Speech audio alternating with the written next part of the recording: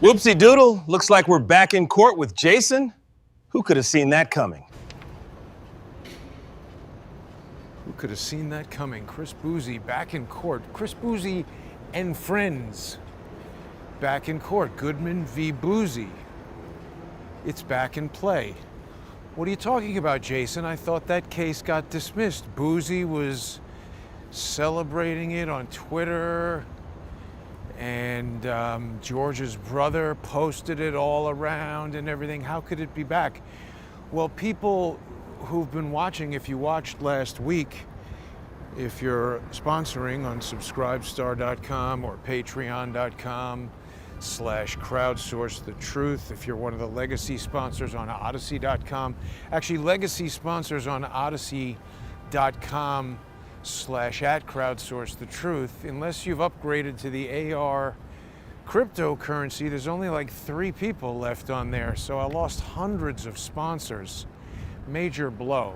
If you're one of the former sponsors on Odyssey, please join us on crowdsourcethetruth.substack.com or subscribestar.com or patreon.com, or you can also sponsor by subscribing on x.com @JG_CSTT. But if you're watching on one of those platforms, you would have seen last week's Counterlawfare Report, where I spoke about this 60B4 motion that I had entered. Rule 60 is certain type of post-judgment motions that you can make for relief from the judgment on various bases. And 60B4, that's when a motion is void, or sorry, when a judgment is void. And it's my understanding that it's very rare that these 60B4 motions are granted. That's a Hellcat. That's crazy right there. That's like 800 horsepower Charger. Well done, person buying the Hellcat. Supercharged out the wazoo. But that's not important right now. What we're talking about is counter-lawfare. It's important for people to remember. Counter-lawfare, I remember at some point after Trump won, somebody went on Fox News, maybe it was Jesse Waters, saying, "Oh, we got to fight lawfare with lawfare." I don't think it was Jesse Waters. I think it was, maybe it was Trey Gowdy. I remember thinking, this person's a lawyer. How could they say that? You can't fight lawfare with lawfare. Counter-lawfare is fighting lawfare with the law. You know, it's not just about doing something crappy to somebody who did something crappy to you. Lawfare is weaponizing the law. And what I'm talking about is bringing those people to justice. So that requires properly utilizing the law. And one of the challenges for me is that I'm not a lawyer. So people should keep that in mind. Nothing I ever say is legal advice. It's not intended to be legal advice. Nobody should take it as legal advice. I'm not qualified to even give legal advice, and you'd be crazy to take it. I can't help you with your case. I can't be hired as an attorney. I'm just simply not an attorney. I'm telling everybody just anecdotal experiences that I'm having in court. And it's amazing because I've been really put through the ringer by these lawfare losers. People might have seen, I had a really interesting, oh, did I forget to load this? No, here we go. This is good, actually. Let's take a look at this real quick.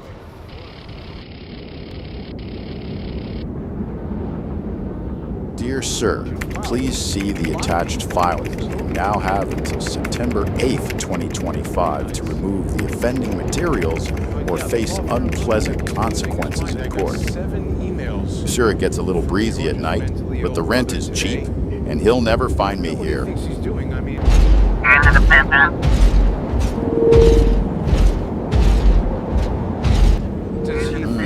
Hey, do you hear something? Walker 09er, you've lost contact with the fleet. What's your status?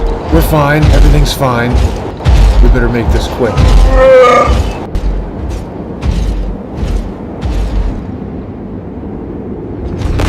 Oh. That's obviously an AI simulation, not actually George's brother. But I love Empire Strikes Back. A lot of people argue about which is the best. Nothing like stealing an Imperial AT-AT Walker with Chewbacca.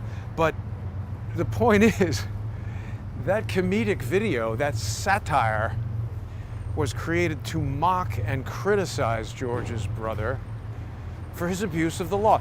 People will also recall, if you saw that previous Counterlawfare report that I was talking about, George's brother, he didn't like the 60B4 motion. See, one of the components of the judgment against me in Goodman v. Bouzy was that I was enjoined from bringing further legal action. I was enjoined from bringing further legal action. When someone says you have to pay tax on crypto, but don't you have to pay tax on regular money too? Yeah, I mean, I don't mind. I'm not trying to tell people to use crypto. I'm just saying Odyssey made that change. So if people do want to continue watching with credit card, you got to go to subscribestar.com or patreon.com/crowdsourcethetruth or crowdsourcethetruth.substack.com or on X. So thank you for pointing that out, Ryan, or Brad. Brad said you gotta look at, you gotta pay tax on crypto. I mean, you know, they're trying to get you everywhere, of course. But the point is, these lawfare losers, they've been trying to push me off of every platform. Remember, this case, Goodman v. Bouzy, it's Goodman v. Bouzy et al., meaning there's lots of defendants in there. Right. It's George, his brother, well, Chris Bouzy, of course, and bot Sentinel. That's why I have the robot delivering him the bad news. And by the way, I don't know, is Google racist? I didn't say anything about how to make the robot's voice sound. Does he sound black to you? I don't know, maybe that's not racist. Maybe that's anti-racist. Maybe they presume because Bouzy is black, he would have a black robot, but I don't know. Anyway, point is, Bouzy got sued, bot Sentinel got sued, George, his asshole brother, Adam Sharp from the Emmys, who's also sort of a shadow Twitter executive still, his asshole lawyer, Margaret Eskenay, the Academy of Television Arts and Sciences. Who else is in there? Maxwell Mishkin of Ballard Spar. There's a whole lot of people getting sued on that. And again, there was a judgment in February of 2024, February 20-something, 2024. The case was closed with a motion to dismiss. They dismissed all my stuff. Essentially, Bouzy and all those defendants won. But there was a problem. The final judgment had the wrong caption, and it took me a long time, but after doing research, I realized that that could potentially, wow, those guys are shooting 16 on a Bolex. You don't see that too often anymore. But hey, whatever floats your boat. The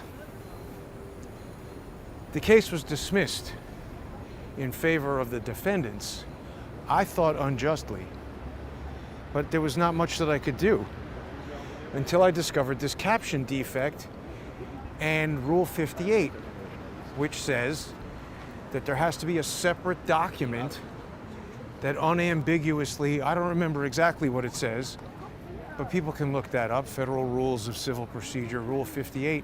You gotta have an unambiguous separate document, and when you have the totally wrong caption, that introduces ambiguity, and it prejudices my rights, my due process rights to fair trial and appeal and all that stuff. So I entered that 60B4 motion, and then when that got entered, I sort of had a sense that it was a very good motion because, look, I've never been to law school, but they've forced me to become my own counter-lawfare advocate. I'm not an attorney, and I don't think I am. I wouldn't want to be. But I've become my own advocate in court, and you do anything for 8 years, you're going to get better at it. Remember when Tom Hanks was on that island with the volleyball, he starts off a fat, crying FedEx guy on the beach, And then cut to 5 years later, he's spearing fish and he's ripped with the huge beard. So at least he got good at fishing, for what that's worth, and dental extractions. Holy cow, would that be bad. I mean, even going to the actual dentist, I had a rough time for a couple of weeks. Taking your own tooth out with an ice skate can't be fun. But the counter lawfare aspect is important. So I had a good sense that this 60B4 motion had teeth, to stick with the pun.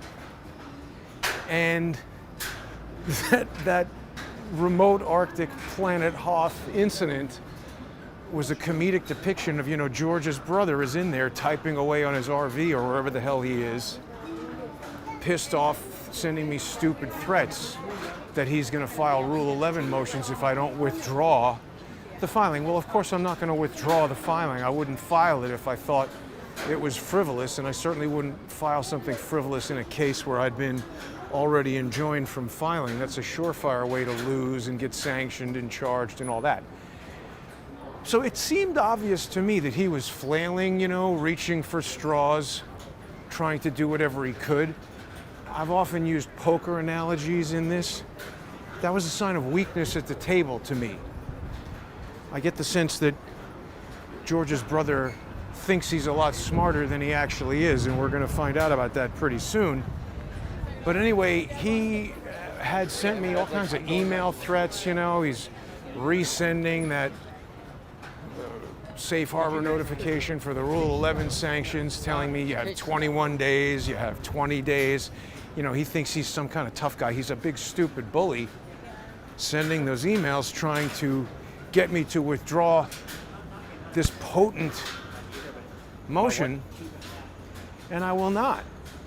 But then something happened on Tuesday, just 2 days ago, and I mean, it was pretty encouraging. Also, everybody heard earlier today, the New York State Appellate Court basically overturned this financial judgment against Trump, $500 million. So maybe the winds of change are blowing and lawfare practitioners might be in trouble. I mean, keep in mind, 8 years ago, I had never heard of lawfare. I mean, obviously we know there are jerks who sue people just to be jerks, but just this concept of lawfare, and Charles Dunlop Jr., the U.S. Air Force Major General who is credited with codifying the term, and I don't know, for all I know, Swigert read books by that guy or studied under him. I mean, he's also Air Force.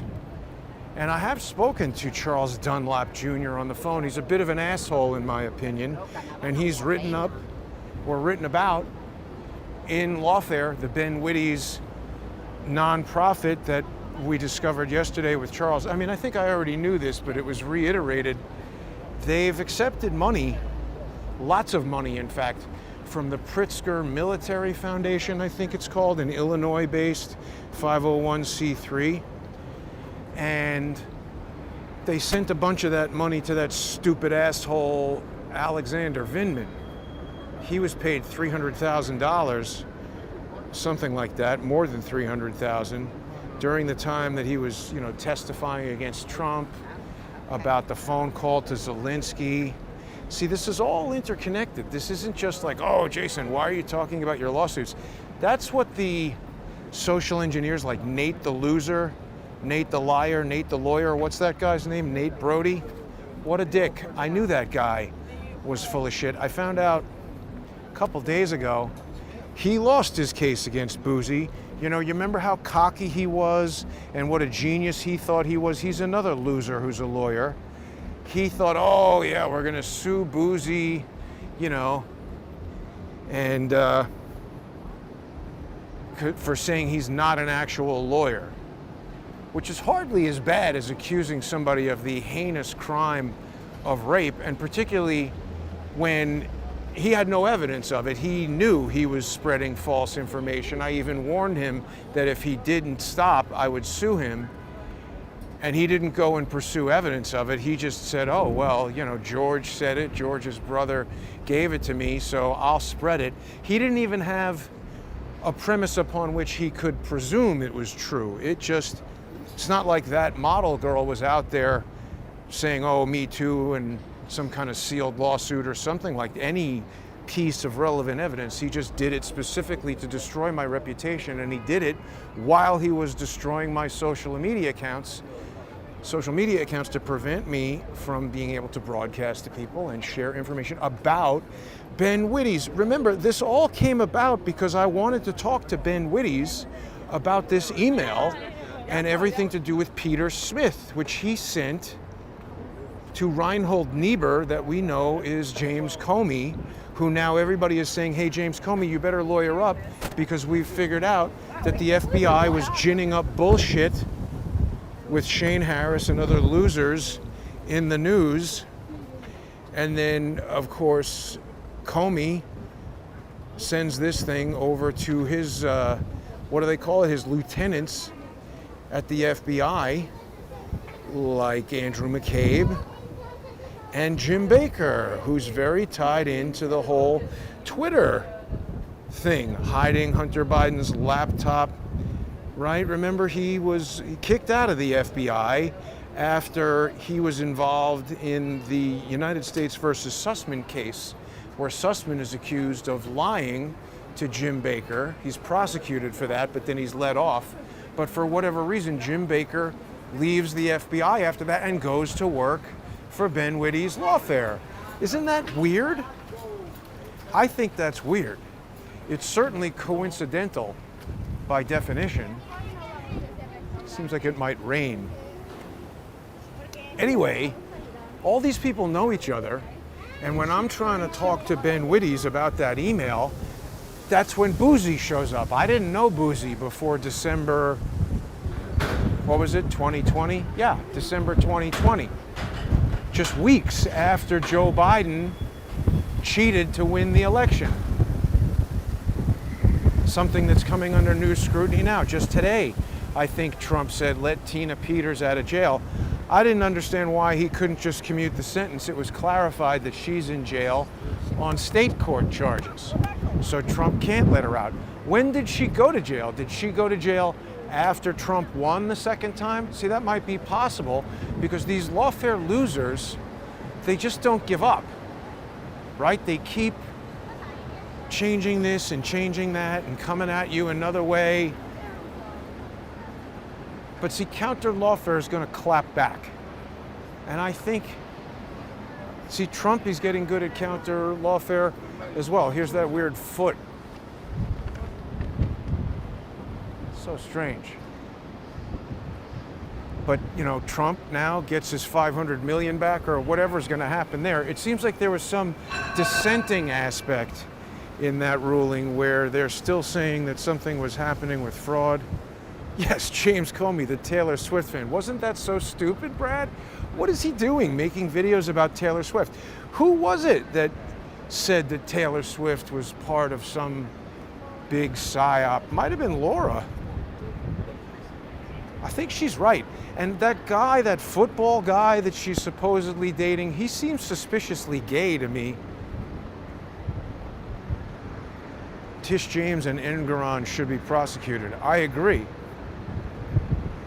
John, yes, there's teeth in the motion. Well, look, that's my presumption, and let me tell you why. Because what happened on Tuesday is, and I'm going to cover all of this in an in-depth, I hope it's not getting too windy. It is windy. I better not go out there. It's just windier over there. I'm going to cover all the details of what happened on Tuesday in an in-depth Counterlawfare report. So if people are interested, I really encourage you to listen to that. You can hear it if you're a sponsor on subscribestar.com or patreon.com/crowdsourcethetruth or crowdsourcethetruth.substack.com or on X if you subscribe at JG_CSTT. And the reason why I say it has teeth is because, see, George's brother, he's telling me withdraw it because, according to him, it's frivolous and vexatious. And if I don't withdraw it, he's going to file a motion for sanctions pursuant to Rule 11. But on Tuesday, the judge sent it to the magistrate. And in the Southern District of New York, magistrate judges are used to handle all the pre-trial non-dispositive motions. And I mean, it's just a standard part of the thing, I guess because they're so busy. Some other jurisdictions, people feel like if it goes to the magistrate, they're doing that because your case is stupid or whatever. But that's not the way it works in New York. In New York, it always goes to a magistrate in the beginning to prepare it for trial. And the magistrate deals with all of the motion practice back and forth and, you know, briefing everything. So this side raises a motion, this side responds, then there's a reply, and then the magistrate decides, is this doing something or is this getting kicked out? But the judge, the reason, John, why I say it has teeth is because the judge could have just said, no, Jason, this is frivolous. You've been ordered not to file in this case. Get the hell out of here with this 60B4 garbage. And she could have denied the motion and said the case is closed, we're correcting the caption pursuant to Rule 60A, but she didn't say that. And so, to me, again, I'm not an attorney. Attorneys, weigh in. Give me comments if you're watching. But to me, just the very fact, what did Mike Benz talk about? Just the very fact that the judge would send it to the magistrate, it's a de facto admission that she thinks it's sufficiently worthy of at least, you know, someone's going to look at this and say, is he right or is he wrong? They haven't made a decision yet, but the only decision they've made is that it's not completely frivolous. And that's what George's brother was trying to say in that Hoth video and with his stupid, you know, Rule 11 warnings that he was sending me. What is this? What is this team? You know, everybody says, name this band. Name this band. This may be a soccer team. MSBY. Now, what do we have here in the Airstream?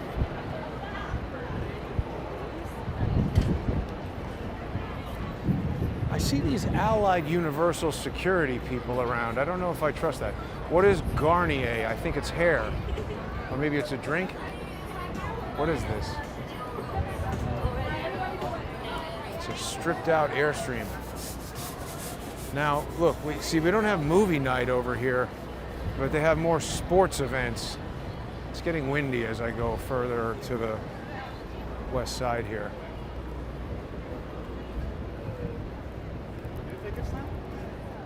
They're making this more like Vegas over here, which is fine. See, look at that. They got like a container. I guess this whole thing is portable. Yeah, they're showing sporting events over here. It's not bad, I'll tell you. It's a cool way. Come outside. I've always thought this would be a good idea, have a giant TV outside. And even at your house, if you just put that out the window, I mean, it probably costs $1 million. So it's not a good idea for your house necessarily, but it's a fun way for these people to watch baseball. Yeah, so I think the motion has teeth because not only, so this happened on Tuesday. I saw the thing Tuesday night. George's brother, he entered something else. He entered, I don't know, a motion for sanctions. He's entering all kinds of nonsense over there. But now, all of these defendants, I guess they don't have to do anything, but the magistrate judge is going to decide. And not only did the judge send the 60B4 to the magistrate to decide, is this guy a transformer? A ninja? What is going on with this guy?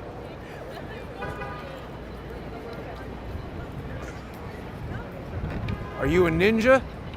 I'm a common writer. A what? I'm a common writer. What is that?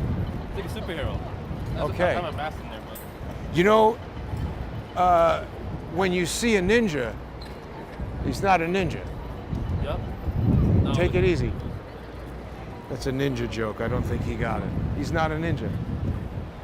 The point is they're hidden, stealthy. But Yeah, not only did they send the 60B4 motion to the magistrate, they sent basically all the, let's not go inside there, we'll just go over this way. There was a long list. The judge checked off this motion, that motion, all these different motions to send back to the magistrate. I mean, it's almost like I've rolled back the clock to 2023 and hit the reset button on this case. I didn't say too much about it on Tuesday because I found out about it Tuesday night. I don't know if I did a broadcast on Tuesday, and I didn't want to talk about it yesterday with Charles because, you know, Charles has his stuff that he wants to talk about, not make it about the case. And so I spent some time kind of querying AI and, you know, looking things up and trying to figure out, like, what does all this really mean? And I mean, again, I could be wrong. I'm not an attorney. I'm looking. Are there any attorneys watching us right now who can give some comments? Shampoo, yeah, that's hair care products in there. Teddy's wife likes Garnier. I don't know why they need a, is anybody washing their hair in that Airstream? That would be better. That would be interesting if they did that. But what I'm saying is I'm not an attorney, so I don't really know what it means when these things happen. But based on the judge sending all these motions back to the magistrate for a new report and recommendation, it's really like I've hit the reset button. It's like saving on a video game, and then you die and go back to the save point. You can start again. And also, by the way, I was looking up like how frequently 60B4 motions are granted.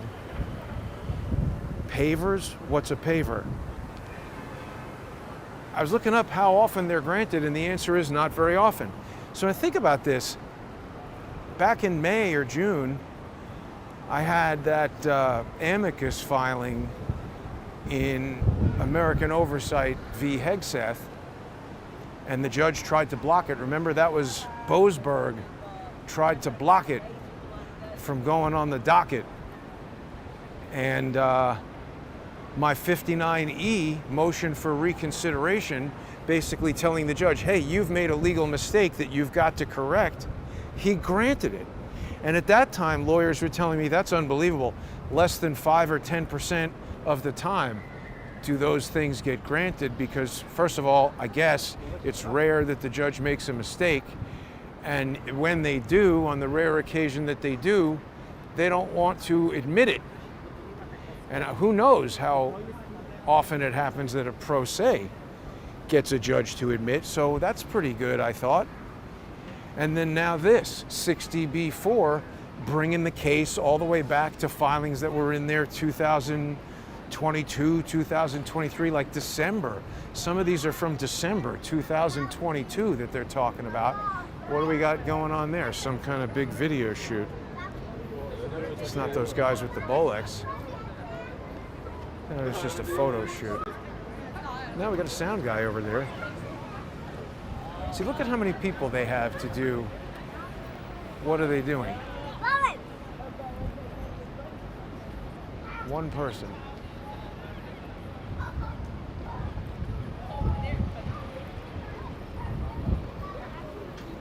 So what I'm saying is, I'm not an attorney. It's a little difficult for me to know.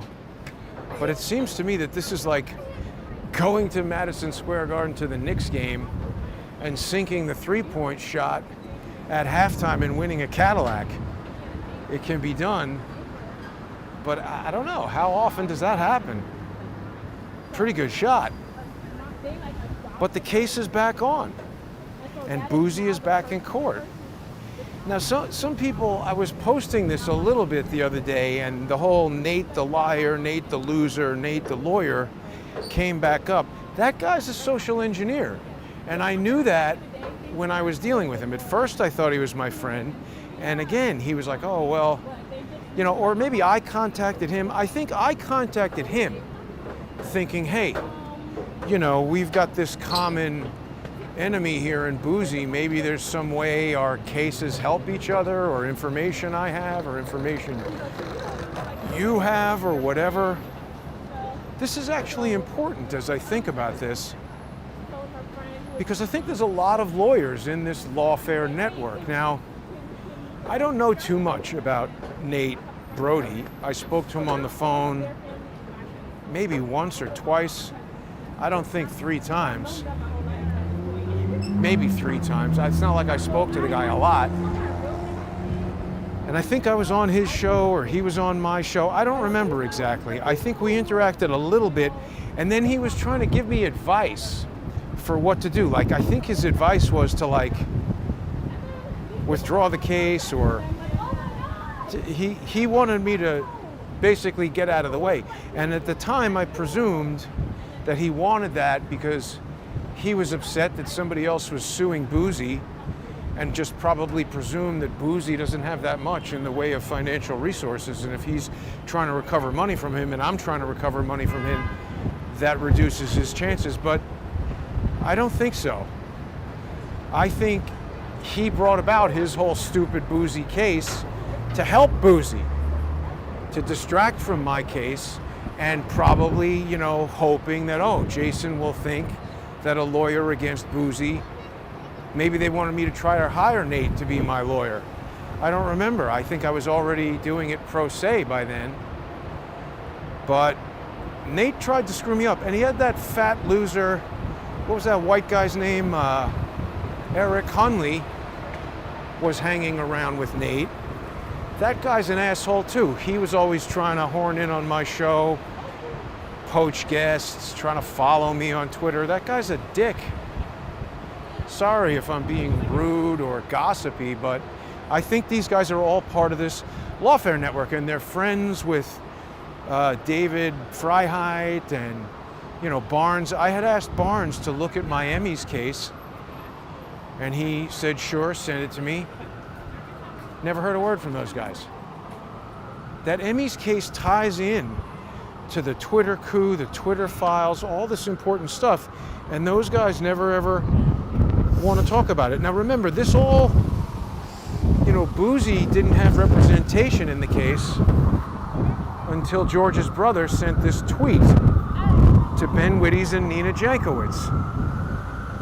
Ben Wittes, I mean, he's not just a fat little schmuck who I yell at outside the court. And by the way, today, Trump's counter-lawfare victory, getting that $500 million fine or whatever it is.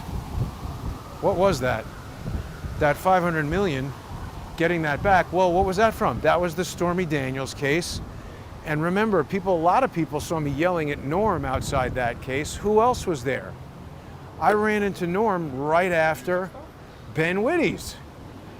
That fat little dick came out of the courthouse, and Nina brought that up in Arlington Circuit Court, right? They're trying to shut me up. They don't want me to be able to sue Ben Wittes. They don't want me. This guy's got a problem with his balls that he wants you to know about. But they don't want me to be able to sue Nina. They don't want me to be able to sue Ben Wittes. They don't want me to be able to sue anybody in there. Not because, I mean, they'll say, oh, it's just vexatious and full. But now the judge granting this 60B4 and this little guy, instructing the magistrate to reopen all these past motions, it's a new lease on lawsuit life. This whole thing is now going to be reopened. Now remember, there was a time that I walked through here and lost signal. Oh yeah, and George's asshole brother started emailing Amtrak about me recording video in a public space, which I'm allowed to do, auditing the retail performance of the taxpayer-funded Moynihan Train Hall. My right to do.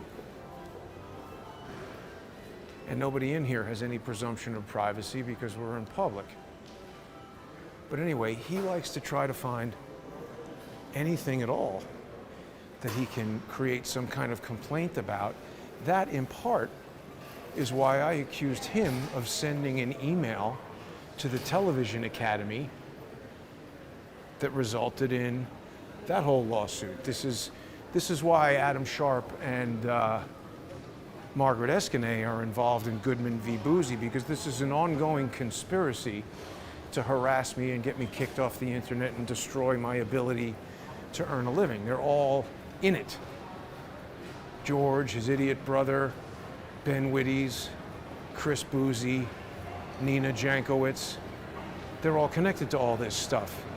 Same guys who created the predicate for this, Stormy Daniels case where Tish James alleges that Trump committed fraud and falsified whatever, that he had to pay $500 million. Right, so there was some sort of dissent there where apparently part of that ruling stands where I guess they said Trump committed fraud, that he doesn't have to pay the $500 million, but I think some part of it stands. And then Tish James had an idiotic statement that she put out where she said, we're going to appeal this.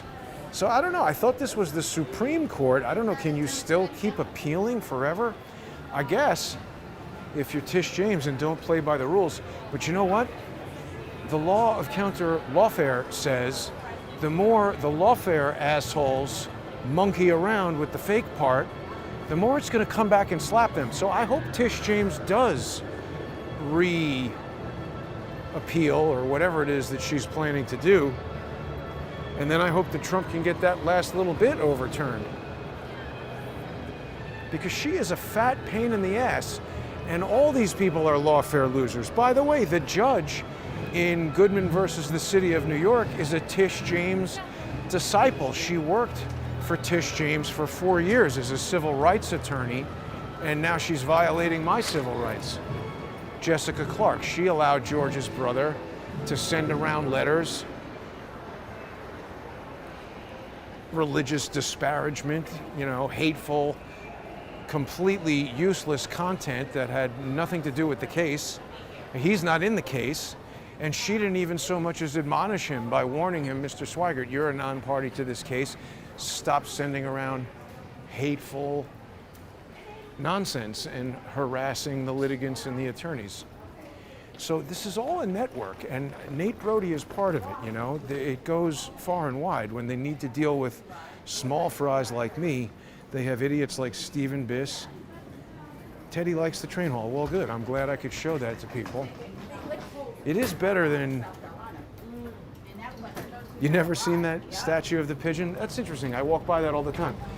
Well, so it's good. Sometimes I'm worried that I'm too much walking around in the same area, but it is good to some extent to sometimes check out the same area, because you get to audit what's going on over time. Like, for instance, remember a week or two ago or three, we were over here and the cops, including that idiot Joel Matola, had their little stage play going on, to gin up all kinds of hatred between Israel and Palestine. By the way, that's what George and his stupid brother have been doing for 8 years. Remember when I first met George, he was like, we're just two Jewish guys talking about whatever.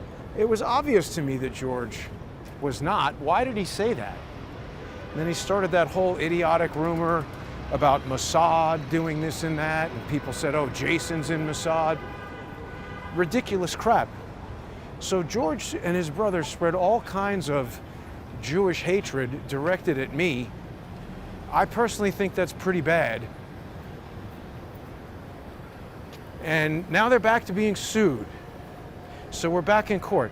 And George's idiot brother has basically stopped with all of his stupid, let's check out Plaza 33 again today. George's idiot brother has stopped with his stupid Rule 11 threats because he knows, I guess, they're not going to work on me. And I suppose now that the case has been sent to the magistrate judge for a report and recommendation, I just don't think that magistrate can come back and say, this is frivolous, because then he's sort of contradicting the district judge, saying, why did you even send this to me? It's frivolous. If the judge thought it was frivolous, she wouldn't have sent it for report and recommendation. In fact, it seems to me the evidence there that she's saying, hey, magistrate judge, look at all of these historic motions in this case. Seems to me she thinks there's some merit to it. So, I mean, the magistrate might come back and say, well, Jason doesn't know the law, and he got this part wrong and that part wrong, so he still loses. But I just don't see how the R&R, the report and recommendation, could come back now saying this is frivolous, which is the basis upon which George's idiot brother and his igloo wants me to withdraw it. So it's not getting withdrawn. I hope he spent a lot of time writing his Rule 11 motion that he never sent me, because it's useless. And he is useless, feckless, moron. Someone says, remember the Damore babies. I do not even know what that is. Not only do I not remember it, I don't think I ever knew about that. So do we have... Boasberg looks like a Dr. Seuss character. Well, he does, but I mean, again, you know, you could look at my litigation history and say, oh, Jason's losing in court. But I think the truth of the matter is, these have been some meaningful victories, particularly considering the forces aligned against me. I mean, Ballard Spahr is a more than 100-year-old law firm with like hundreds of attorneys, you know, offices around the country or maybe even around the world, lots and lots of money. And I don't know. This seems like they just got smacked. This is a pretty sophisticated looking van. What do they got going on in there? Hidden equipment. Yeah, so we're back to Plaza 33 here. What's going on in Plaza 33 today? I Quit Tour. What is that? I never heard of them. Those girls look like maybe sisters. On Tour Logistics. I guess they're having a concert. I never heard of those people.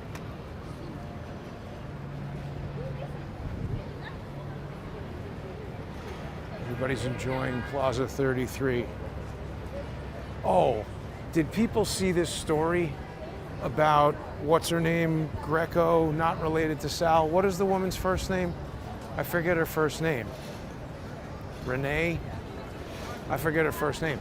But some assistant to Eric Adams they were having some sort of, you know, campaign event, and reporters were there, and this Greco lady handed somebody cash. And the reporter was like, oh no, I can't take this. And they said it was a $100 bill and several 20s. So I mean, like who is bribing somebody like 160 bucks? It's just laughable. That's one of the stupidest things I've heard from Eric Adams, and he's done some stupid, stupid things. He's a stupid guy. But if you're gonna bribe somebody, I don't think 150 or 160, $180, I don't think that's the number. I see, it's another one of these things where like, why would you even do that? It's like these mortgage fraud claims against Brooks and Schiff and Letitia James and others, you know. You've got Tom Tillis, you've got Jamie Raskin. I mean, is it that it's just so normalized among these government people to do this stuff and never, ever, ever get caught that they all just do it? Maybe. I don't know. I think it's like a gang initiation where they tell you, you know, do this crime, we're gonna have documentation of it, and then, you know, you can be in our organized crime gang. But anyway, back to the Goodman v. Bouzy. The case is on. I'm going to do a deep dive into the 60B4, you know, the judge's amended order. That's the amended order that the robot was handing to Bouzy in today's thumbnail. Bouzy looks quite upset about it. But I'm going to explain to everybody all of the details from this order. You know, the other thing is George's idiot brother, I think the thing that he entered prior to Rule 11 is that, oh yeah, no, right. He put in this thing where he's upset that I'm making cartoons about him. I don't know if I have a video of that, but he was upset that I was making cartoons and wanted the judge to sanction me pursuant to Rule 11 without waiting the 21 days. Like, he's really all gas, no brakes on the sanctions. Again, I think it's a sign from the poker analogy, weakness at the table. They're afraid of this Rule 60b-4 motion because it's got real teeth to it. But he was saying, oh, you know, he's making cartoons about me, and you have to sanction him for that. I'm allowed to make cartoons. And in that same motion, he was saying that I'm bringing about these frivolous, I'm filing these frivolous motions so that I can make counter-lawfare reports and make money from that. First of all, that's wrong. Second of all, that's stupid. There's a million things that I could talk about on a paid live stream, and that's evidenced by the fact that I've done it thousands and thousands of times. It's really a small fraction of the overall live streams that have been counter-lawfare reports. In fact, lots of people have asked me to do more counter-lawfare reports. So if you're not already a sponsor, please become one on subscribestar.com or patreon.com/crowdsourcethetruth or crowdsourcethetruth.substack.com. Or if you're following on X @JG_CSTT, you can subscribe there. You're going to get the sponsor exclusive content as a subscriber on X. And yeah, I'm not filing these things in order to make pay-per-view live streams. They're not even pay-per-view. It's a, Crowdsource the Truth, everybody knows, is a subscription-based video service. And see, the thing is, that's another thing that I know that they hate, particularly Adam Sharp. They don't like the idea of direct-to-viewer micro-sponsored content. I remember when Adam Sharp first started bringing his frivolous litigation against me, I was looking through his Twitter feed, and him and all of his asshole TV friends were like, oh, we don't like this new thing, OnlyFans, because it's direct-to-viewer sponsorship. Meaning they want a middleman there. They want an advertiser who's paying for you to watch for free, so shut up and listen. And they want that sponsor to be Pfizer or whoever so that you get the sponsored message. What I'm talking about is this show is supported by individual viewer sponsors like you. So if you want to retain the right, what does this girl think about the assassination attempt? If you want to retain the right to hear what you want to hear, not what some other sponsor pays for you to hear, it's important to sponsor the show. Subscribestar.com, Patreon.com, Substack, wherever you want to do it. I really appreciate the people who have kept the show going. And keep in mind, these lawfare losers are trying to end the show. So right after this live stream, I'm going to put on a special, in-depth counter-lawfare report going over, well, we already went over the 60b-4 motion, but we're going to go over the judge's amended order and look at every one of the different motions going back to 2022 in this case. There's a lot of them. There's maybe 20 of them or something that she's asking the magistrate to open back up and re-examine. I mean, again, to me, it seems like Marty McFly litigation, going back in time and hitting a reset button on the case in the way that you just really normally don't get to do. It's extraordinary circumstances. These are government aligned actors who, now that Tulsi Gabbard and everybody is saying, hey, this is like the biggest political scandal in history, I don't know, maybe the judge realizes there's something to what I've been saying, and maybe that whole email from Ben Wittes to James Comey, I thought it was pretty damn important. Remember, they dismissed that as being, unrelated conspiracy theory, but I disagree. It's the whole reason this all came about, is because Ben Wittes was in communication with James Comey to try to jam up Trump, and I was talking about it, and asking him about it. He didn't say a word about it.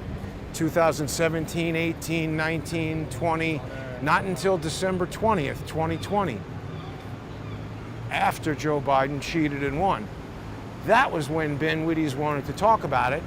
That's when this whole crew swarmed and attacked and destroyed all my stuff. Anyway, stick with me. It's going to be just a few minutes, probably less than 10 minutes. I'll be on with the Counterlawfare Report. I think people are going to be amazed by this. This is literally, once again, like showing up at Yankee Stadium in the World Series in a suit, asking them if you can get an at-bat, and pow, knocking it out of the park. I just don't think it happens that often.